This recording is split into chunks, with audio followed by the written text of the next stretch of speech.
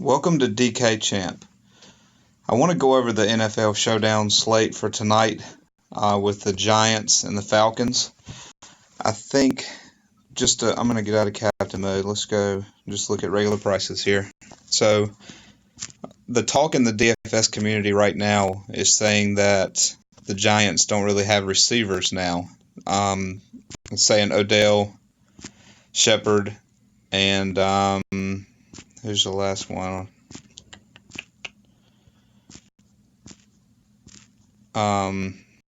With Shepard being questionable and us not really knowing about him, that Fowler may be the third one in this group. So that's the talk right now. People are going to be shooting them for Fowler. I think this is I'm going to stay away from this altogether. I think this is definitely something you shouldn't do, but I know a lot of people are going to try that. So what people are forgetting is that Ingram is back. So Ingram had a great start.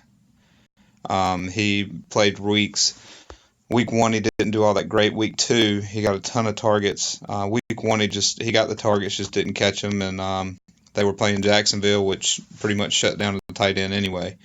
So I think you look to him in Week 3, he got injured in this game, but he caught his first target. But I think you got to play him instead. And then the other thing that people probably aren't really taking into consideration is that the majority of the targets are going to go to Beckham. They're going to force them to Beckham. But then you also have Barkley, who's going to be getting those little dump downs and passes out in the flats, and they can even line Barkley up in the slot if they need to. So I think that, Barkley is probably going to be the guy that you need to play with Odell for if you're going to stack with the Giants. So there's a couple different ways you can roll with it here. I like my guys that I'm going to kind of mess around with for the Giants are going to be Barkley, Beckham. If I'm doing that stack, I'm going to put Manning in there. I might place Shepard in a couple, and then Ingram. So I'm not going to mess with any of this, popularity of playing some of these guys that haven't played all year, and like Fowler, I'm going to stay away from that. And if you're going with Atlanta, I mean, it's pretty obvious that Ryan's going to get the points. I mean, he's got the points. That's the one thing that's kind of thrown me off in this slate is he's going to get a ton of points here, and he could be the one that's going to make you lose if you stack the Giants game.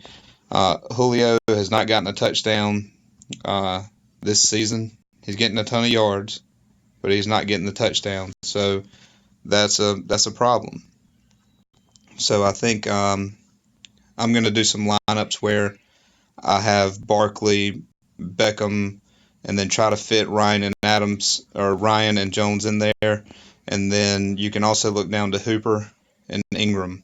So these two guys are going to give you a little bit of salary relief so you can get up here and kind of mess around with getting some of the higher guys. But I think the strategy usually is to put the person that's going to score the most points in the captain position, and I may switch down and have one of these tight ends be that person just so that I can free up some money to get these top tier guys, because I want if I could get a lineup with Barkley, Ryan, Jones, and Beckham in it, and then try to fit either Hooper or Ingram in there, I think that would be the way to go. So I'm going to probably put in about 6 lineups tonight, trying to figure out how to get those high-end guys, and I may even shoot down and pick some of these guys that may not even play in the game. Just some of these tight ends that are you may catch a pass, and it may just be that freak pass that is the touchdown pass. Like here's one here got 8.7 points when he doesn't have a salary listed, so it was probably the 200 mark with what they put with people that don't play. So I'll probably fix in some of these guys down here and just hope that they get that touchdown pass in the red zone, but I'm going to be focusing more on these top tier guys, and I'm going to probably put in, like I said, 6 lineups and just kind of mess with all different scenarios and really try to go after the GPP and win some GPP tournaments. I don't know how to set this up so that you would win double ups. It's just really hard with these one-game slates in the Showdown. So try this out. If you have any advice or what you like, shoot them down in the comments below. And I hope you all get some good lineups tonight and win a lot of money. Thanks for watching.